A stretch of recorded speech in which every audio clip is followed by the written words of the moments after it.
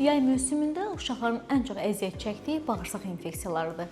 Bildiyiniz kimi, mən həm ölkə daxili, həm də ölkə xaricinə onlayn konsultasiyalarımda əsas valideynlərin şikayətləri uşaqların bağırsaq infeksiyalarının idarə edilməsidir. Bağırsaq infeksiyaları zamanı uşaqlarda əsasən qusma, iştahsızlıq, ishal bu kimi durumlar ola bilər və temperaturun yüksək olması bağırsaq infeksiyalarından şübhəyə zəmin yaradır. Bəs valideynlər nələrə diqqətli olsunlar? Kəskin bağırsaq infeksiyaları zamanı iştahsızlıq, qarında spazm, ağrı, ishal, susuzlaşma, yəni dehidratasiya mütləq surətdə bərpa olunmalıdır.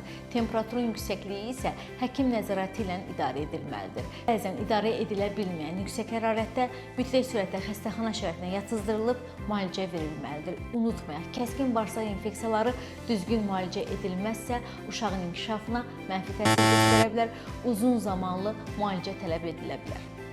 Uşaqlarda bağırsaq infeksiyasını yaradan müxtəlif virus, bakteriya və parazitar infeksiyalardır. Onların adları rotavirus, norovirus, adenovirus, kampylobakter virus, həmçinin də boka virusu misal çəkmək olar. Uşaqlarda bağırsaq infeksiyasına səbəb olan hər bir törədiciyə qarşı xüsusi müalicə edilməsi mütləqdir. Çünki səbəblər arasında bakterial, viral və ya da parazitar ola bilər ki, onların xüsusi müalicə tələb edir. Uşaqlarınızın doğru müalicəsi doğru diaqnozdan başlayır.